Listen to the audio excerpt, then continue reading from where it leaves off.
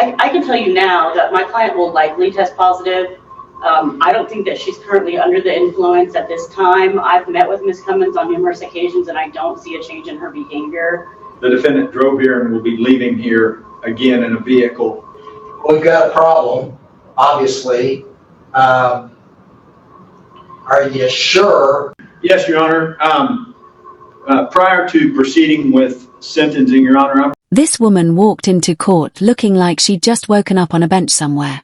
Her eyes were dull, her voice was off, and she didn't even try to act like she was sober. It was obvious she wasn't all there. Once the judge realized it, the whole room went from awkward to serious. Showing up high to court can cause the judge to stop everything and order a mental or drug check that delays the case. Should judges crack down harder when someone shows up like this, or does it show something deeper is going on? Let's break it down. Of law enforcement and the observations of court personnel, I have reason to believe that the defendant is impaired or under the influence. She is currently subject to bond conditions to where she is not to consume illegal controlled substances or alcohol, and is subject to random UA, breath, or blood tests. And based on that and the seriousness of these proceedings, I believe that my request for UA is reasonable. Ms. Premier, what's your position on that? Your Honor, I would object. My client is not under the influence of any illegal substances. She does take prescription medication. So, Judge, we would object at this time. Well, I think the number one question I've got is, does your client actually take prescription medications? And if so, what are the side effects or contraindications? Alone looked like she used something before walking in.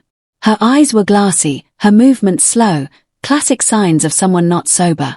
When a person shows up to court like that, the judge has to decide if they even understand the hearing. If not, everything gets paused. This kind of behavior doesn't just look bad, it usually leads straight to a drug test and possibly a trip to jail. Judge, she takes, it's like a non-narcotic, but it's for muscle relaxer. Does she take all of those simultaneously, or are they staggered throughout the day? Judge, she takes in the morning, and then the other one she takes at nighttime. Mr. Mosher, what's the basis? What phenomena or symptoms have you observed that makes you think that a UA may be appropriate at this time? Your Honor, the behaviors I'm seeing, I would associate with what I've observed previously, what law enforcement described to me as tweaking. And I can try to bring the officer in if you want to hear more from him, if that's the case, Your Honor. I think the best way to handle that is we bring him in and we... The prosecutor didn't hold back. He basically called her a drug user right in the courtroom because her behavior was that obvious. Her lawyer admitted she will likely fail the drug test, but claimed she isn't high right now, just struggling with addiction after some recent tragedies. The judge wasn't buying it. Since she's already been convicted of meth possession and was told to stay clean, failing a test means she's been using recently. The judge warned that if she fails, he'll stop sentencing, take her into custody, and won't release her until she gives a clean sample. They took a break so her lawyer could talk to her. When they came back, the lawyer admitted again. Yes, she'll fail the test. She also warned that if the judge locks her up, child services might get involved because the woman has 2 kids at home. Then the officer said something worse. She drove herself to court and would have to drive back. He said based on how she looked, he didn't think she should be driving at all. The judge asked where she lives, more than an hour away. He asked where her kids were. She said they got home from school by bus and are alone in the house. Now the judge knows this isn't just about drugs, it's about child safety. The judge realized her kids were home with no adult supervision while she might be under the influence. Her lawyer suggested someone else could drive her home, but the judge was clearly more worried about the kids than her driving. The judge said he's ordering her into custody until she can give a clean drug test.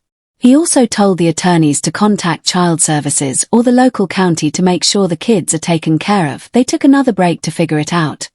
After the break, her lawyer said the defendant's aunt was willing to pick up the kids and watch them. The judge agreed. Better a relative than foster care. He postponed sentencing and had her taken into custody until she tests clean. The judge added strict conditions. She must take drug tests twice a week, Monday and Thursday. She must pay for them herself. Results must be sent to the prosecutor by 5 p.m. She'll be tested again at her next hearing before sentencing starts. He made it clear that only official testing places count, no home tests or tricks. This hearing felt less like a legal process and more like watching someone lose control of their life. The judge still gave her another chance, but only with tough rules. What's shocking is how many chances she got despite showing up in such bad shape. Oh, you think courts should be stricter with people who show up like this? Or is the system trying its best to help someone who keeps falling apart?